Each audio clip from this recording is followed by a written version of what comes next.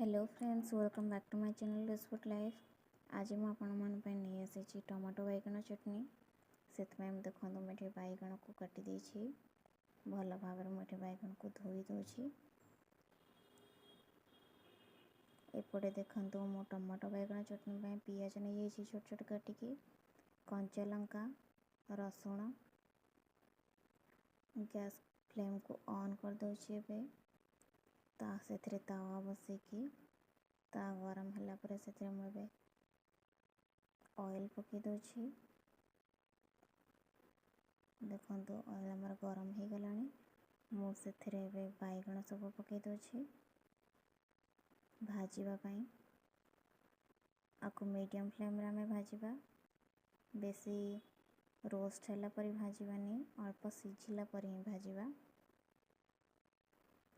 Tomato बैगण चटनी आपण मैंने चाहिए रुटी पराठा सहित खाई परिबे, नहले पखाल सहित खाई परिबे। आपको मुझे घोड़ी दूची किछ समय पाई। देखो सीझी आसलानी,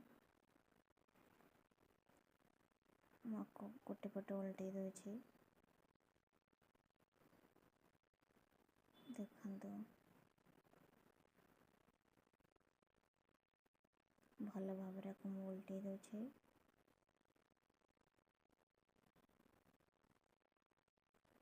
यहीपरी टमाटो बैगण चटनी आपण मैंने पखाल सहित खाइले बहुत भल लगे, नहले आपण मैंने भात डाली सहित खाई परिबे। देखो मोर हो गलानी, मुझको ए बाहर करदेवी।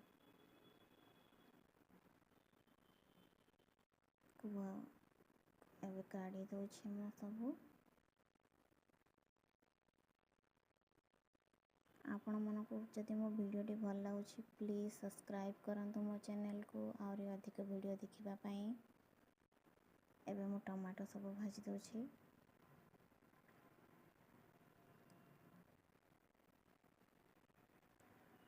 टमाटो भी भाजवा पई मैं रखिदेली, टिके समय पड़वा छाड़देवा सीझा। देखो टमाटो भी मोर ऑलमोस्ट हो आसलानी। आपको आम ए घोड़ी दबा उल्टे की गोटे पटे। देखो उल्टे देली मु सब ए घोड़ी दबा। एपटे आम गैस को ऑन करी कढ़ी बसईदेवा। से तेल मु पकई दूची, सोरिष टिके पकई दूची। सोरिष फुटीगला देखो मुझे जीरा टिके पकई दूची। जीरा हो गला देखो मुझे रसुण पकई दूची, गोटा रसुण पकई, कंचा लंका काटिकी पकई छोट छोट। देखो कंचा लंका भी पकई देछि, पियाज मु छोट छोट काटी ताको भी पकई दूची। आपको भल भाव में मिक्स करदेवा। एथिरे आपण माने किछि मसला पकेबा दरकार नहीं, नॉर्मल आपण माने लूण दे पकई देबे सेतिक बास। देखो हमर हो आसलानी, बेसी भाजबेनी, नॉर्मल टिके क्रंची थिबो भाजी की। तापरे टमाटो बैगण मो मैश करके रखी ताको पकई दूची। पियाज को अल्प ही भाजबे, तार क्रंचीनेस रहिला टाइप रो। आपको मिक्स करदेवा। देखो मिक्स करदेली भल भाव। एबे हम टेस्ट अनुसार लूण पकईदेवा।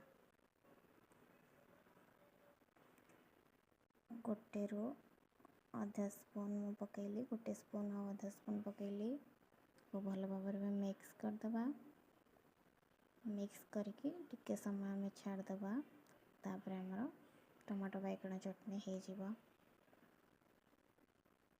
देखो आम टमाटो बैगण चटनी हो गला, को बाहर करदेवा। आपण मानक जदि मोर वीडियोटी भल लगिला ताले लाइक शेयर कमेंट करंतु और यहीपरी वीडियो देखिबा पई मो चैनल को सब्सक्राइब करंतु।